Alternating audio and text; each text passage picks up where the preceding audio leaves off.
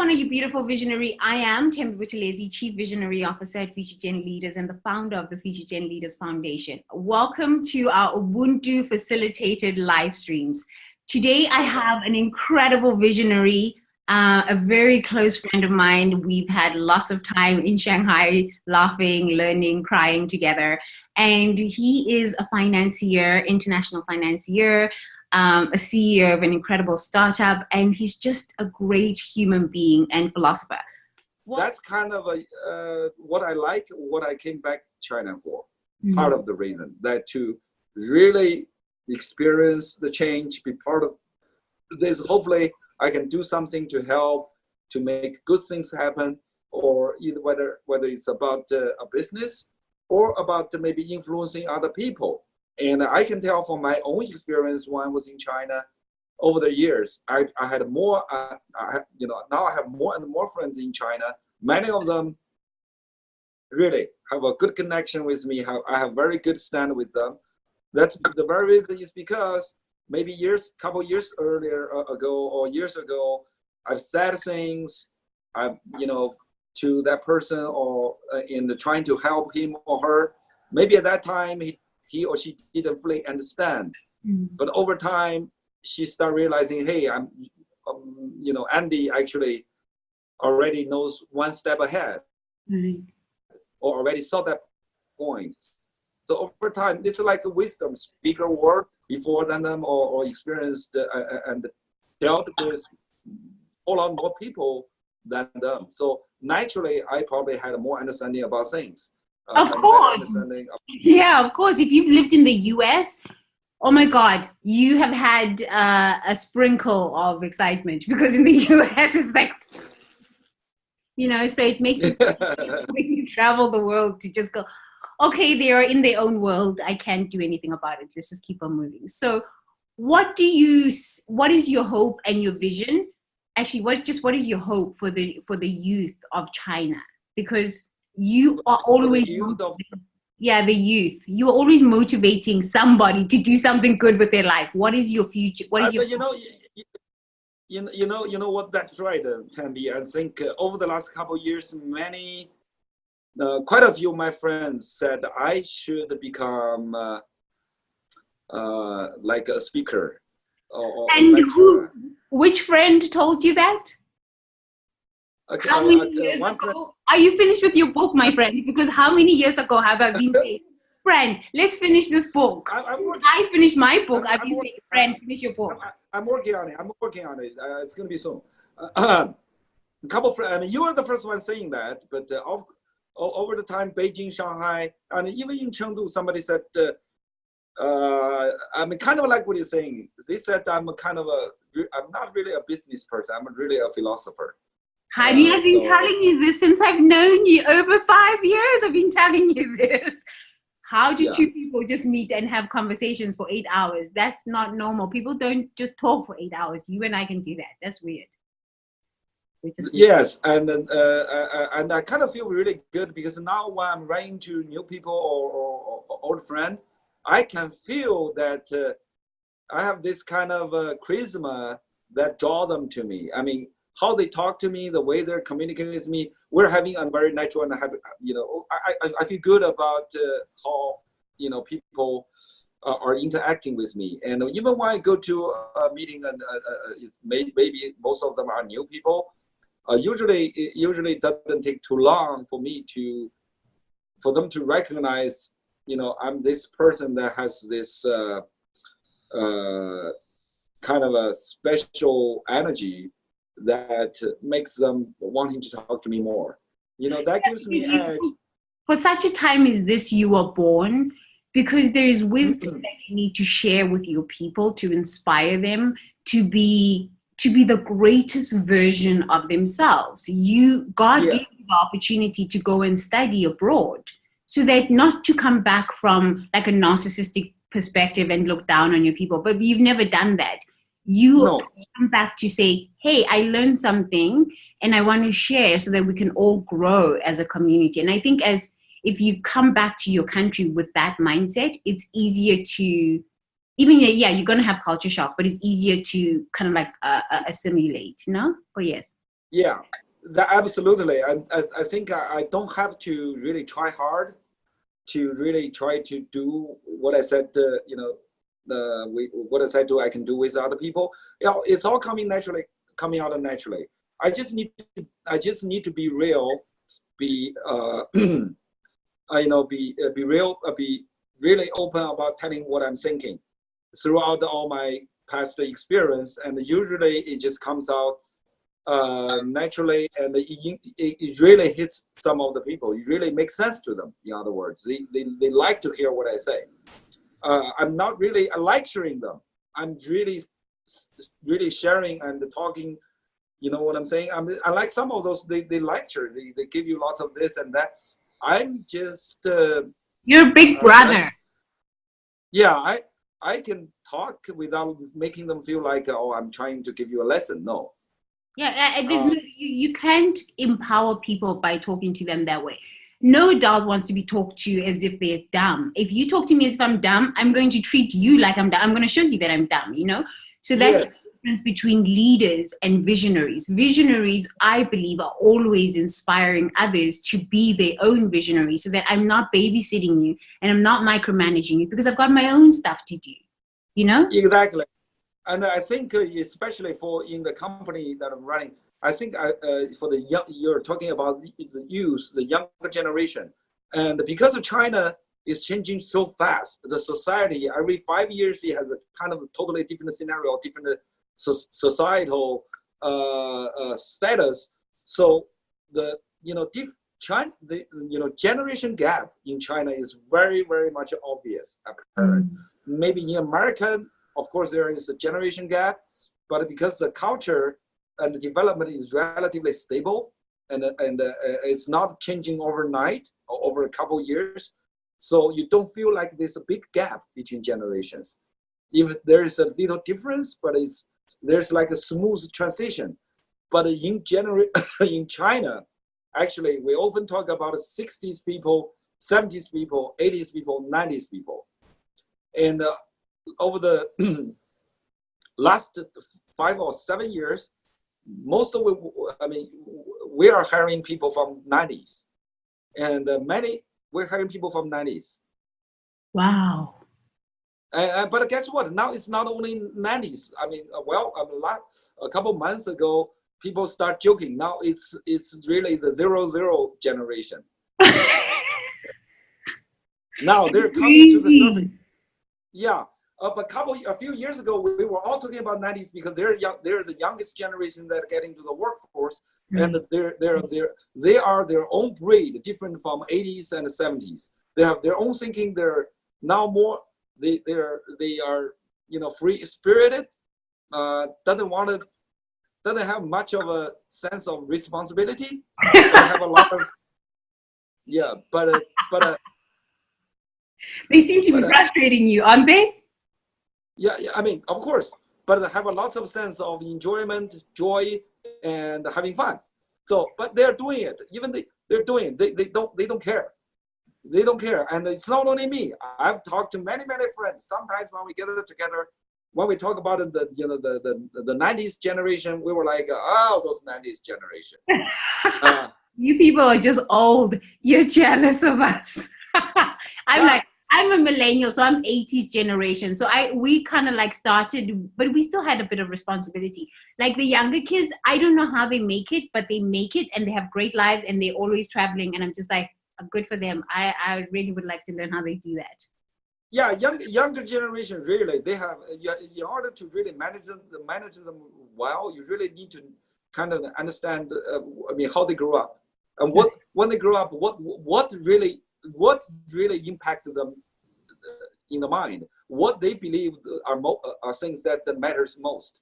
For the younger generation, of course, it's the generation where the Chinese parents can only have one child, right? So they're spoiled. And what I heard? Hold on, I have to tell you this, friend. I was sitting next to a guy in business class, and he was telling me, he was Chinese. He was telling me that, the biggest problem that we have in China now is this 55 million men without wives. Really? 55 million men in China cannot find love because they don't have an apartment, they don't drive a BMW, and their paycheck doesn't say $100,000 or $200,000.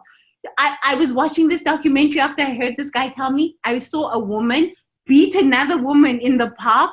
You know, the parks where they do the marriage arrangements, because this other woman took the boy from this other woman. So these three women fighting over one boy. I said, oh my God, what is going on in China? Yes, there's this huge what do you call it, imbalance in male and girls, because when they can only allow one kid, you know, many of them, of course, you know what they can do, they only try to have boys. That's one thing. And also because of the development of China over the last 30 years, the overall younger generation are very much materialistic. That's what I was saying. You can't judge a human being, and especially a man. I was speaking to this man on the plane. I said, listen, you are a human being. You have potential beyond the house you have and the car you drive. Just because, don't let anybody tell you you're nothing because you don't drive a Porsche. And it's crazy. Yes, but this kind of sense only exists, first of all, for among educated man or woman. Oh. And many other men, they don't think with such a complex manner, right? They are more like stimulus and response.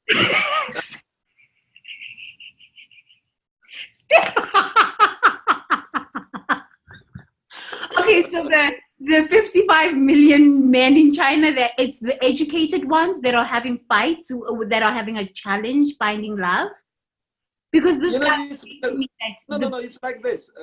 Tammy, it's like this. The educated man, simply because they get more education, they're more likely to know the right thing to do about their lives. They're more likely to find the right job. They're more likely to be a little bit, better off than those who haven't been. Okay. More likely. I'm not everybody. So those people already are among the top part, of the hierarchy of this, human existence or societal existence or status. So here, this is what's happening for the girls. Of course, every girl wants to find some men that are accountable, reliable, and well off, materialistically speaking, so that they don't have to worry about the poor. And that's almost like any human nature. Correct. But it's because the Chinese society's high living pressure or the high emphasis on making money or having money. When you have money, you can do a lot of things. When you don't have money, your life becomes very miserable. So that kind of a perception, that's almost a singular importance in many people's mind. Forget about whether you can have spiritual enjoyment. Forget about whether there are a whole lot more things. There are a whole lot more things that are more important than money. But for most people, what they see is money matters most. Of course, money is important, but they don't have that many aspects of life that they can worry about yet, because they haven't even gone through the basic, sort of materialistic expectation level yet. But that is your job as a big brother who's had the experience, who's had the pain of having the money but still feeling empty, to say, dude, money is not going to make you happy. Because we know people in China who drink a lot. We know Americans who drink a lot and take drugs and kill themselves.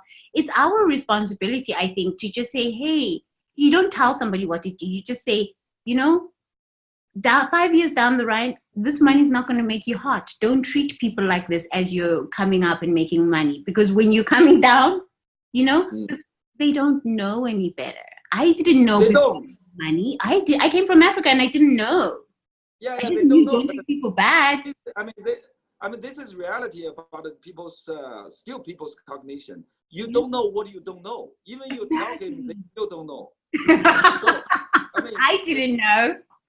yeah, but so everybody kind of needs to go through a certain kind of process to get more recognition. I'm sure, given enough time, for those people who have made enough money, given some time, at one point they are going to look beyond the money. But for those people who haven't reached a certain level of money satisfaction, for instance, that's going to be their number one priority. But it causes a social problem, because in the pursuit of money, if you have no integrity, you bring down a lot of people with you. That is the thing. Absolutely. I'm like, we need to have these conversations so that we're not caught in these psychotic episodes with these people. Do you know what I mean? Because they bring down women, children, companies, everything. It's not something they do. They do. That's almost like the inevitable collateral damage of looking at a group of people that you don't know which one would be like that. But that does exist, and I kind of believe, giving more time, especially, it's a collective effort too, right? I can certainly try to do things, maybe influence a few people to at least help people around me to get better understanding about something that they haven't experienced before, or something they didn't really know better, to open them up. But it's really those 3 points I pointed out, kind of moving all together. First of all, the value system needs to change. That's going to be a whole societal collective effort. Second of all, for instance, you saw the traffic become better. That doesn't happen because everybody automatically start doing better. That happens because the government really enforce the right ruling rules or restrictions or punishment for people who do not follow this. Why Chinese people like punishment so much? Oh yeah, Chinese people, that's how Chinese people work. Looking at Singapore. Okay, what is about the punishment? There are like different, there's a few different types of philosophies that's rooted from ancient China. Right, One of Confucianism. A few Confucianism and Taoism, remember? Right. And the Lao Tzu, right? And also there is one special, system that's really emphasizing on being strict, being clearly black and white about right and wrong, and if you do it wrong, you're going to have a severe punishment. Like the Africans, it's like in emerging markets, punishment is big. I think we're soft in the US. But don't you? I mean, you would only punishment can only kind of really become a little bit less only after the overall general population's, the self, what do you call it? The self-image evolve. Self-cognition has reached a certain level. Right. You cannot count on people who, haven't really got a good control on their life to believe that they can do the right things all the time. No, they have to have rules. Unfortunately, that's by the way, even as of right now, especially in the emerging market, rules are, if I were to do it in any emerging market, depending on, I think by and large, rules are very important. That's almost the first important thing I would like to think about, how to set, a proper rules for that's going to be, sort of a good ruling system for that particular local people. What do they believe, and what they kind of, for any governing system, it's really about award and also it's on one side, on one side it's award, on the other side it's a punishment. It cannot, award by itself, simply award by itself, absolutely it's going to be flawed. It cannot work. These conversations are deep, but here's the thing: we're going to explore these conversations more. I love the reward punishment, because I don't know, for me, it scares me to be punished. I think I'm just coming from a woman's perspective. That's why I was saying, it's for me, it's like really hard to be very cutthroat in business and just like, Argh. So that's why I get betrayed at times, and I come to you and I'm like, oh, Andy, I don't know what happened. But it's just learning boundaries, and I'm learning how to have more clear. Yeah, you know what? I mean, punishment is not just in emerging system. I mean, the U.S. The reason U.S. is what U.S. is today, I think it is the big part of the reason is also it has very good law enforcement system. Right. So actually, they are. In other words, they have also very good punishing system. It's just maybe not as severe as you would imagine, or as or the different picture. Since I brought up the Singapore, in Singapore they have this whipping thing. Yeah, right? Yeah, so, even with gun. Oh my God. Yeah, but look at Singapore. Isn't that a very orderly and kind of a? Yeah, I understand where you're coming from. I mean, I know you're talking about the general harsh punishment. No, what I'm talking about is the general. You just need to have a check and balance, or you need to. People need to know. They have to be able to responsible for the consequences for what they do. I think the more sense people, individuals, or a group of people, or even a society, for that matters, the more people are aware of the consequences for their choice may lead to. And be able to say, okay, I don't want that consequences happening to me. I think that's going to be able to make people work with each other better. That's going to help people become better. Thank you so much for explaining it that way. I'm so grateful because because of my male friends who are very smart in business, I learned so much. You explained it in a way that I can palate it as a woman. This is what's going to happen to you if you don't follow the rules, and this is what's going to happen if you follow the rules. You are free to go in the boundaries of these rules. If you go outside, you're out. Okay, I get that. I mean, for any society, for any good society, and I think that the reason America is become the #1 country in the world. That is because that's actually a big part of the reason. I believe that they have, everybody following the same set of rules, and over time, people's value system are largely kind of on the same pace, although slightly different. But it wouldn't be all over the place. In other words, the cost of crime is so high that people dare not to commit a crime. Yeah, the safest place in the world, and I've been to a lot of countries, was China. Like Shanghai was the safest city in the world that I've been. Like I used to walk from the spa. You remember that spa by the Shimao? 2:00 in the morning, no problem. I had no fear. Anywhere else in the world, I'm just like, oof, I need to go twice. But Shanghai, China is the safest place in the world. Yeah. There is a hidden reason behind that. Do you know what that is? The big cameras, Big Brother, the cameras. Yeah. Yes, camera. China, I think, probably is the most camera covered country in the world now on the planet. Right. I think I think especially for all the major cities, there wouldn't be any dead spots or blind spots as far as the camera is concerned. If somebody is doing something, as long as you showed up in one camera, the car can follow you wherever you're going. I have to tell you something before we close, because we have to really close now. But I have to tell you, there was when we were in China the last time, we heard there was like 19 billionaires that were taken, and they just put a hoodie on them. Did I tell you the story? Hey, to say it again, I kind of vaguely remember.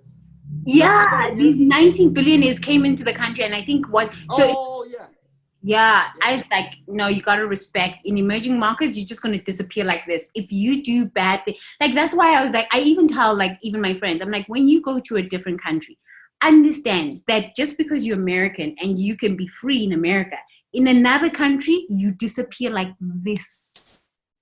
Nobody knows who you are. You just vanish into thin air. I was like, Yeah, that could happen, especially if somebody has done something kind of extreme.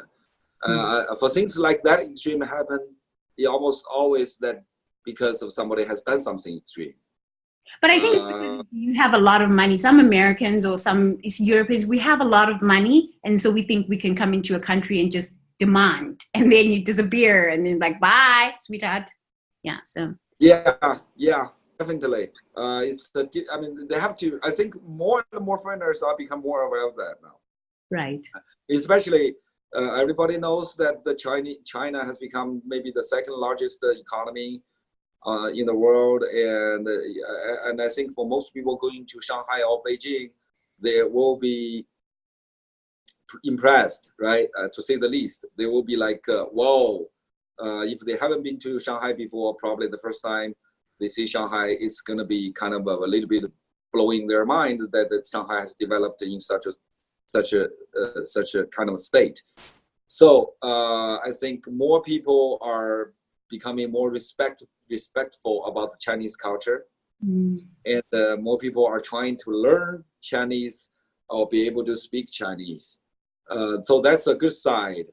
I'm sure give it a few more years, maybe another 5 years, a lot of things that we saw or you saw when you were here would no longer be existing, or a lot of behaviors you saw will no longer be existing, maybe in a the behaviors gave China its characteristic. The behaviors made China what I loved about China. For me, even the smell of the nightstand, the food markets at night, and we used to get drunk and one day I never ate their food. You ate their food. That was beautiful. Yeah, I'm gonna make up one particular phrase. I've never said it before, but you kind of activated me, kind of to say that. You said the smell of the nightstand or the food, food vendor. Yeah. I would call that delicious odor.